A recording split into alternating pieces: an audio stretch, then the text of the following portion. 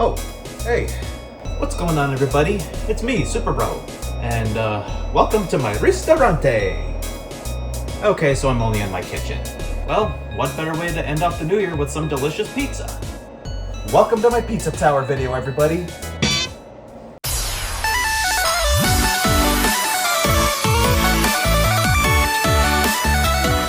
Oh man, I'll tell you, what a year it has been. Like I said at the beginning of December, this year broke me to the point where I could barely remember all that happened. However, I do remember falling out of the gaming scene sometime in April. After the Nintendo Switch 2 was announced, there was just so much discourse in the community, mainly because of the price and stuff, and I did not feel comfortable being part of any of that. Though to be fair, people were crashing out for a reason, as video games and their consoles were becoming bonkers expensive. I struggled to even be involved with the hype for the upcoming games, and I barely found a game from that year to jump into. By the way, what's a Claire Obscure? Money was tight throughout the year, and I couldn't bring myself to buy any new games. Well, except for a select few, but they were indie games and compilations. But there was one game that really stood out from the rest. That game was Pizza Tower. Pizza Tower came out in 2023, though I didn't really get to experience the game until it was released on Nintendo Switch in 2024. I only heard about this game through a coworker friend of mine telling me about it.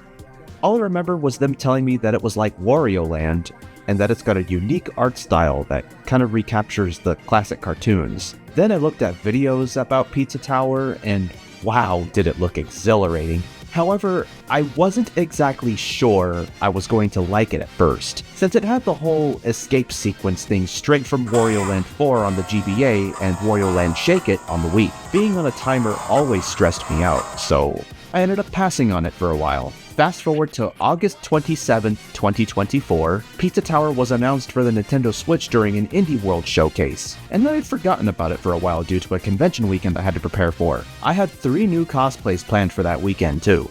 I didn't actually buy Pizza Tower until February of 2025, when I was looking for a new game to buy with my Nintendo eShop card I got for Christmas. I remember it was National Pizza Day, and I figured it would be the perfect time to get Pizza Tower for the Nintendo Switch.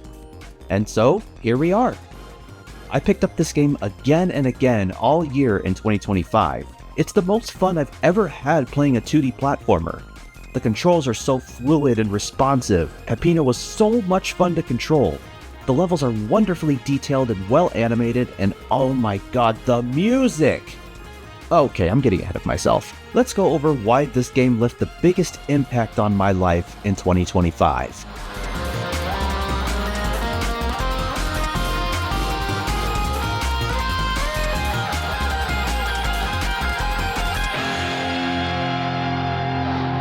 Pizza Tower. One look at that title and you think, sounds like a cookery simulation game like Cooking Mama. Maybe a game about making pizza and managing your own pizza ristorante? And then you pick it up and realize this game has nothing to do with any of that. And you're greeted with probably the best opening cinematic you'll ever see in a video game. The music slaps, the animation looks super cartoony and humorous, and it nails the whole show don't tell principle perfectly. An opening like this was more than enough to get me immersed right from the get-go. To put it simply, this is Peppino Spaghetti, an Italian pizza chef struggling to keep his restaurant in business seeing as he's got loans and debts to pay off. Then enter the big bad Pizza Face, who immediately threatens to destroy Peppino's establishment with a giant death ray atop the titular pizza tower. Without hesitation, Peppino gives chase to the giant sentient pizza, and with the help of his friends Gustavo, Brick, and Mr. Stick, he must climb the tower and put a stop to Pizza Face's plans. You also get a glimpse of the bosses you'll be fighting soon, and they cleverly keep the 4th boss a mystery. That about does it for the plot. Just get to the top of the tower, take down the big bad, and save your restaurant from annihilation. Now there is some lore surrounding this game, and it is quite intriguing, but I'll get to that later. Now, let's get to the gameplay. Being a 2D platformer and spiritual successor of the Wario Land games, Peppino's moveset is wild! He controls similar to Wario, like he's got a charge attack and a body slam that gets stronger from a greater height, and the charge itself works a little bit like Suplex Kirby. Once he grabs an enemy, he can either throw them forward, upward, swing them around, or do a Wario-style pile driver. Peppino's most defining trait is that he's quick on his feet and can run at Mach speed like Sonic the Hedgehog, blasting through every obstacle in his path, dive downward in midair, slide through narrow paths, quickly change direction, all while maintaining Mach speed, and he can run up walls. The amount of stuff you can do in this game is crazy. Watching my gameplay back, it's unbelievable to see me pull off all these crazy moves. Controlling a character never felt so fun here. I actually replayed a little bit of Wario Land 4 for research purposes, just to see what really inspired Pizza Tower's gameplay. And no joke, this game still holds up very well. But Pizza Tower takes the cake in terms of overall control. Peppino controls so well in this game that it's really hard to come back to games like these. That's not to say this game has a bit of a learning curve, because trust me, it may take you a while to truly master the controls, as well as maintaining your speed while Mach running, which is what you'll spend a majority of the game doing. Peppino can also do a super jump after building enough speed, a la Shine Spark from the Metroid series. But he can also cancel the super jump with a shoulder charge that looks very much like Wario's. A couple of other notable moves are this jumping uppercut that can also be used in mid-air, acting as a double jump. And last but not least, you got a f***ing taunt button! Accompanied by a funky sound effect, Peppino strikes a taunt pose that can be used to parry attacks, redirect projectiles, and provoke certain enemies and other characters. These taunts aren't just for show, and I love how it adds more charm to this game. Nice job, Kermit. Nice job, Kermit. Nice job, Kermit. Man, that was weird. Heck, defeat enough enemies and you'll see this electrical aura surrounding you, which will allow you to perform a super taunt, which clears all the enemies on the screen. You'll find lots of great opportunities to do this, by the way. So yeah, put all of this together and you're in for quite the experience. By the way, you can breakdance if you hold the taunt button down. And now for the levels themselves. The levels are structured in such a way that will practically require you to master the controls. To start, you have a whole hub area on each floor where you can play the levels in any order you please.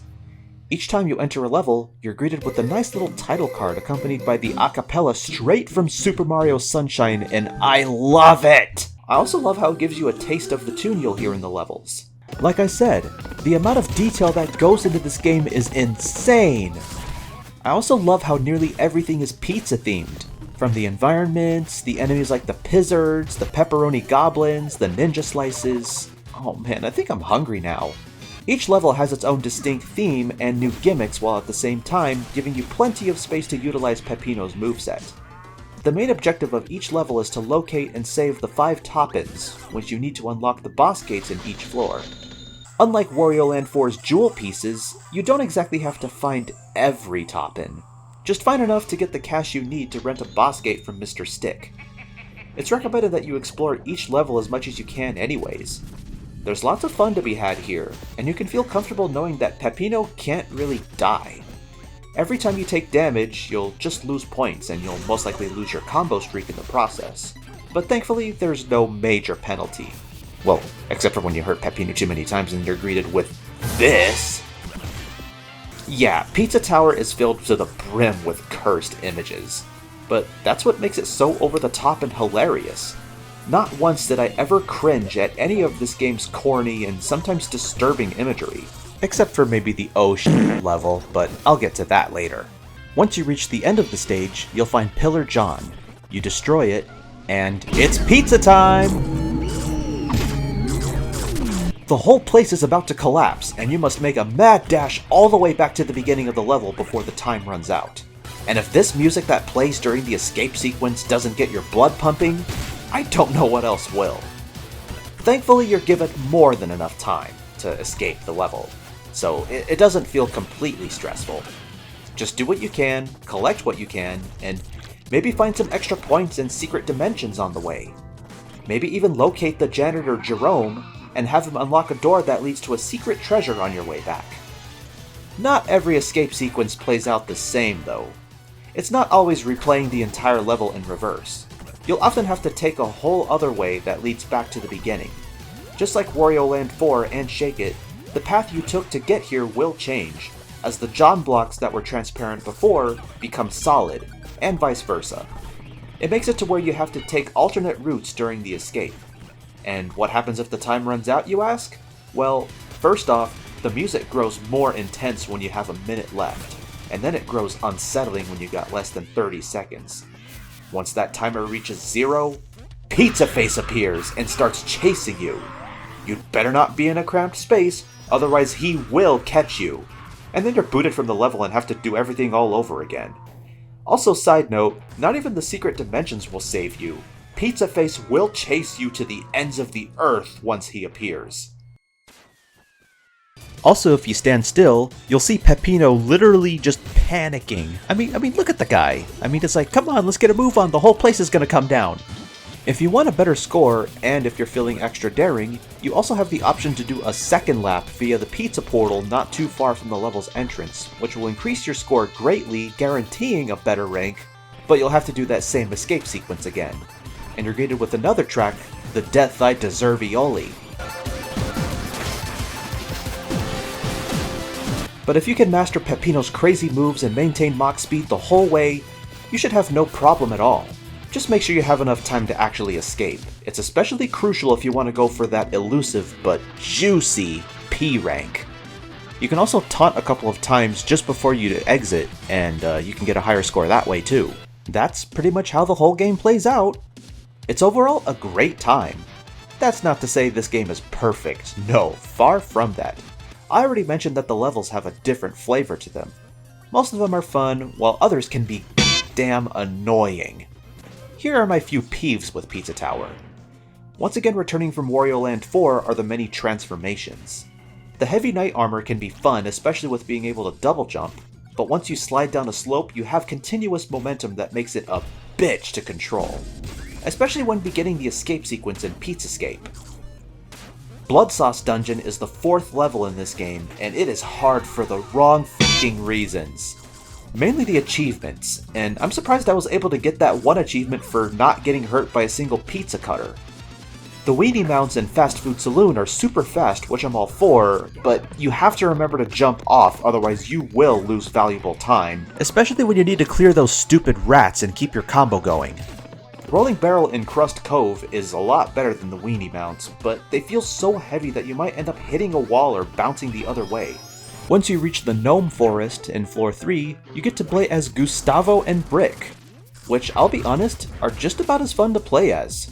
Sure, Gustavo's not as fast as Peppino, but his ability to kick his pet right like a projectile to take out a row of enemies, and his double jump that can also work like a wall jump makes him a joy to play. It's just too bad that you can only play as this duo a grand total of twice in the entire game. I would have loved to play as these two more. Oh, and I absolutely did not like Oh Shit and Pep Pivot Factory. Floor 4 is where the levels will start to sucker punch you and make you eat shit every time. This is where most P rank runs go to die. For one, I think it's absolutely hilarious that there's a sewer level with the name like Oh Shit. But besides the banger music that plays, the level is filled with moments that can either take control away from you, or just outright knock you so far back and make you have to start again. Maybe try treading carefully so that way you won't get And Peppybot Factory with its electric traps constantly thrown at you, it's not pleasant. At least the pizza box transformation is pretty fun. F you! It was here that I decided to just take it easy and enjoy what this game has to offer once I got to Pig City and Freezerator, and those levels are pretty good. That being said, I want to go over the things I love about this game. First off, John Gutter is really nothing to sneeze at. It's an alright first level, but it's actually more fun to go for the achievements, aka the chef's tasks, and one of them practically requiring you to get a P rank. The ranking system is up my alley, and I went ahead and at least A ranked and S ranked every level in this game. But if you want to go for that elusive P rank, here's what you gotta do. Collect all 5 top-ins, find all 3 secret dimensions, find the secret treasure, and do a second lap during the escape sequence, all while making sure you have enough points to at least qualify for an S rank, and most importantly, you must keep your combo going for the entire level and not drop it once. During my recording sessions, I tried to play every level like I was going for that P rank, which I did manage to do at least twice. Once in the waste yard, and once again in golf. And the levels I failed to P rank, I still S ranked no problem while still enjoying everything the levels have to offer. It's super satisfying to find and locate those secret dimensions that give you extra points. Oh, and I absolutely loved how in Oregano Desert, there's these Pizza Mart stores that you have to enter to find the toppings, and you can actually knock away the cashiers, granting you the unnecessary violence achievement. Fun Farm is, well, fun. The level features a special guest, Mort the Chicken, who apparently comes from a rather obscure PlayStation game. Gnome Forest is rather clever with how it handles its second lap. Like, you practically have to go out of your way to find both the Lap 2 portal and the last secret dimension. That I actually kind of like. I'll take that over what Peppybot Factory tries to make you do for that P rank. Golf is a fun little level where you hit this greaseball guy into a hoop and you want to go for that Primo Berg, which is basically your eagle/birdie in golf terms. Pig City was fun with its taxis, and not to mention you have a freaking bacon room with a monstrously huge pig in the background growing closer and closer, only to be given a thumbs up at the end. Not gonna lie, I was kind of expecting a jump scare, which it did kind of get me. Refrigerator Freezerator is probably my favorite level in the game. The snow theme is very nice, and I love that you can turn these heaters on and it clears the way of any big ice terrain. And at the end, you eat this hot pepper pizza that gives you this screw attack-like ability that blazes through everything you touch. I could talk about how awesome a lot of these levels are all day, but there's one thing that I've been really wanting to bring up for a while. It's the absolute god-tier music. This game's soundtrack has absolutely no business being as good as it is. This game's music is made by 3 indie artists, Mr. Sauceman, Classy Jitto, and Post Elvis. All 3 of these guys really made some bangers for this game. The whole time I was playing this game, I would often get lost in how good the music is. My favorites are as follows.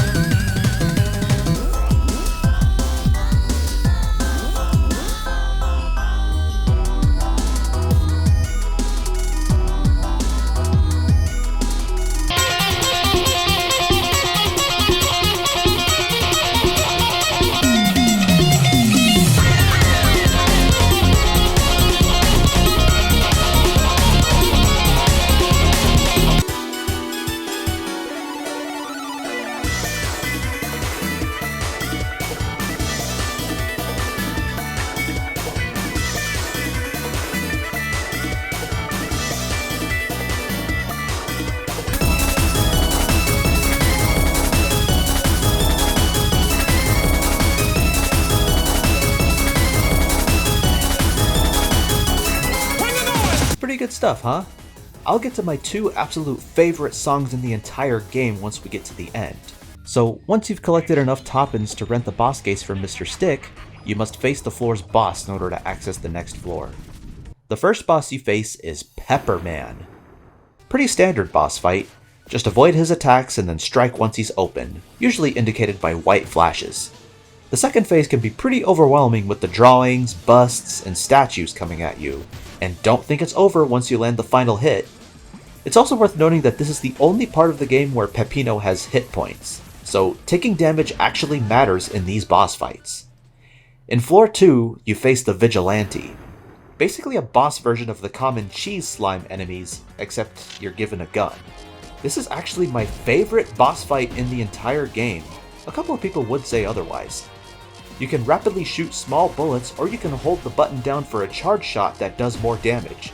The pistol is so perfectly done here because you can look away, charge up, and then fire once you're facing the vigilante. And then there's the Noise in Floor 3. Basically a nod to the Noid, a retired Domino's Pizza mascot.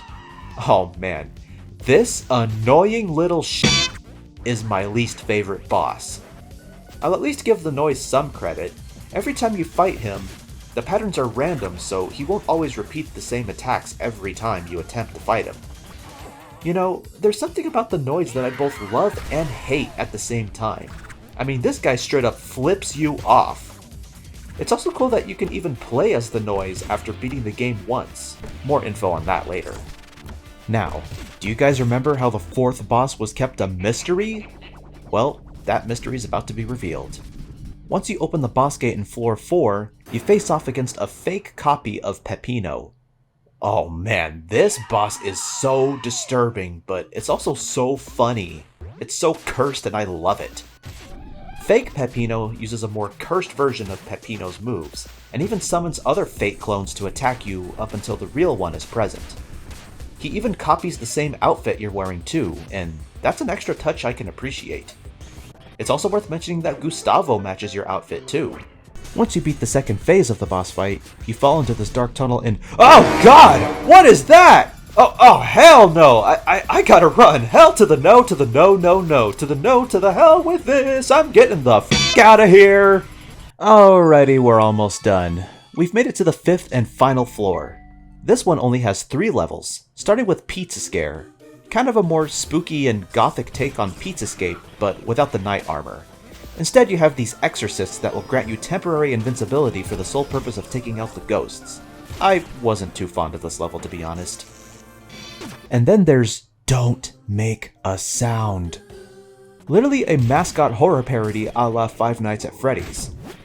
This level revolves around security alarms that will alert the animatronics into chasing you, and will literally jump scare you once you're caught. I'm not gonna lie, this really caught me the first time, and it gave me both FNAF and Spider-Man the movie game PTSD. On a somewhat brighter note, when you get to the John Pillar, you're prompted to grab a f***ing shotgun and shoot down the animatronics on the way out. Yeah, who's the jump scare now, bitch? That same shotgun carries over to the last level, War. This is the only level without pizza time. At the very moment you grab that shotgun, a timer will immediately start ticking down, and then it becomes a game of don't stop, just go. On your way you have to destroy these computers that will extend your time. This to me is the most stressful part of the game, and you'll be feeling the exact same PTSD as Peppino here. It may take a few tries, but you just have to make it to the end of the level as quickly as possible. It's also worth noting that the secret dimensions are not safe either. That timer is still ticking and you will instantly lose the level if that timer reaches 0.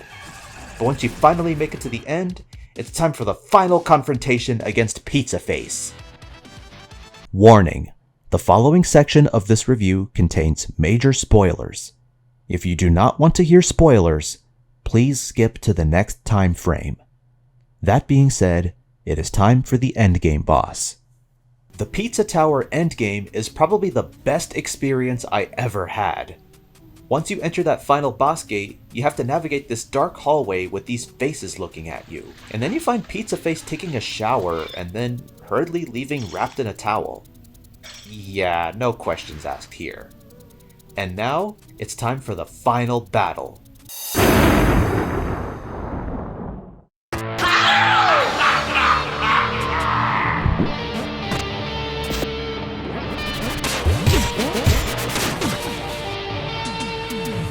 The music is at its best here, the tension is super high, and you know you're in for a spectacular finale. Pizza Face will throw various enemies you've encountered right at you, and you just have to grab them and throw them back at Pizza Face. Or, as I like to do, wait for Pizza Face to do his slam attack, then pile driver. Once you've landed 8 hits, the second phase begins, and Pizza Face reveals his true identity.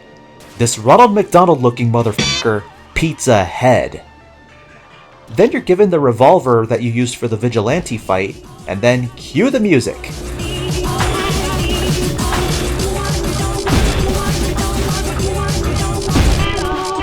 So it turns out, this song samples a 100-year-old song titled After You Get What You Want, You Don't Want It. You even get to hear the actual music as it sounded all those years ago. Pretty retro, huh? That to me adds the perfect tone to a fight like this. It's wacky, it's silly, and straight up bonkers. Pizza Head being revealed as the true mastermind is actually very cool.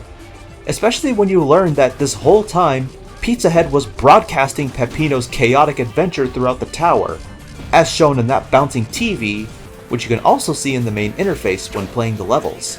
I mean, yeah, poor Peppino. He's gone through so much already. I mean, just look at his idle animations. I mean, the guy's kinda anxious. He's got a lot ahead of him. He's got a restaurant to save. A couple of bullets later, he goes down. Except he doesn't. It's at this moment where it all comes together. This whole time, Pizza Head was just torturing and tormenting Peppino the whole way through. All for his own entertainment, and most likely ours too. If you think about it, the Pizza Tower itself is just one huge conglomerate, and every level represents some kind of attraction or subsidiary. And Peppino's restaurant is the perfect target for a conglomerate like this. So, can you blame Peppino for being so stressed out the whole way? But he's not done yet. Pizza Head starts summoning all of the bosses that you fought previously. And my first thought was, oh no, is this gonna be a boss rush now? Next thing you know, Peppino f***ing snaps and starts going apeshit on all the bosses he fought before! This right here takes the cake as the most cathartic final act in a video game ever. You see how pissed off Peppino is? That was literally me near the end of 2025. And that's me punching basically everything that caused me pain throughout the year. Peppino's had enough, and he's going to tear everything that ever toyed with him to pieces. Gustavo even shows up to be used as a projectile to easily stun the bosses, allowing Peppino to unleash a barrage. With the 4 bosses out of the way, it's time to take down Pizza Head once and for all. Every time he taunts you, he's wide open for an all-out pummeling. Let loose on him a few more times, and Peppino really starts wailing on him, and then finishes him off with one big piledriver that fractures the entire f***ing tower.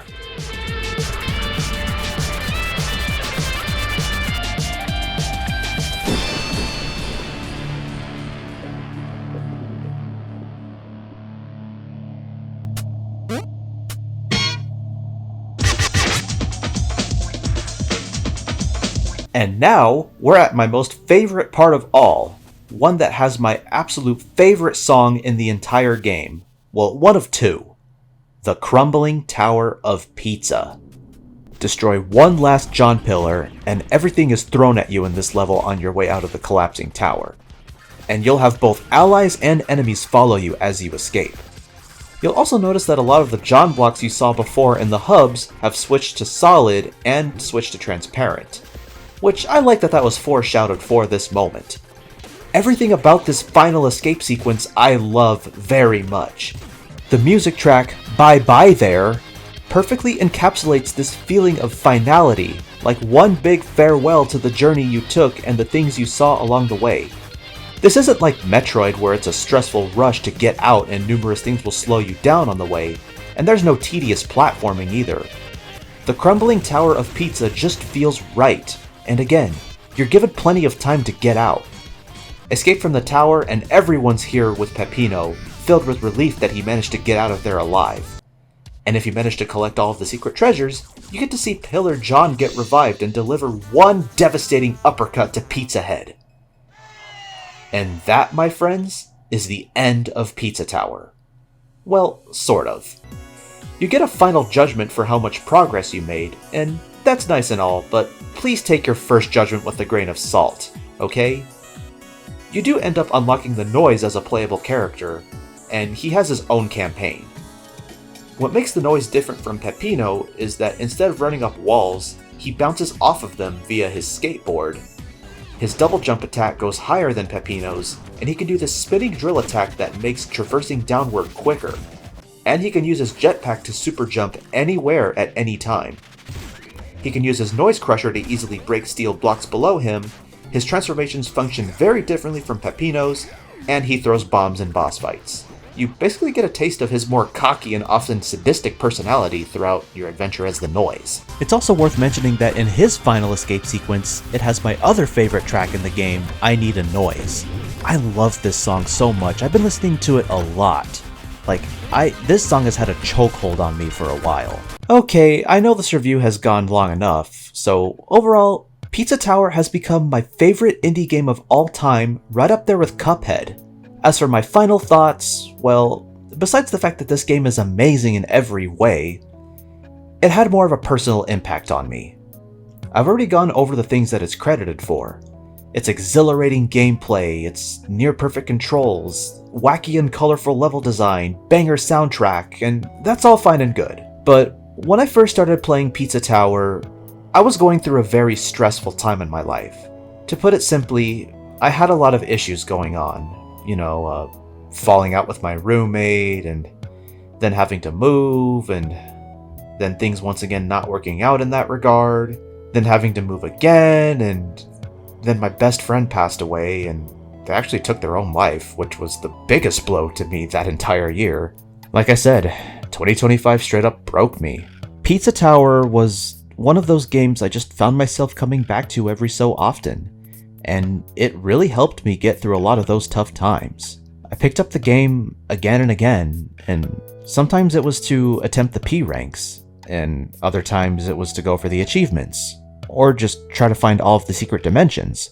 Which, need I mention, if you find every secret dimension in every level, you unlock a sound test, so you can enjoy the game's amazing soundtrack to your heart's content, along with a few bonus tracks. You also unlock a level that's basically a gauntlet of all the secret dimensions set in a random order. There's just so much joy in this game that keeps me coming back. This game pretty much kept me sane throughout the entire year of 2025. It's because of this game that I actually started cosplaying Peppino.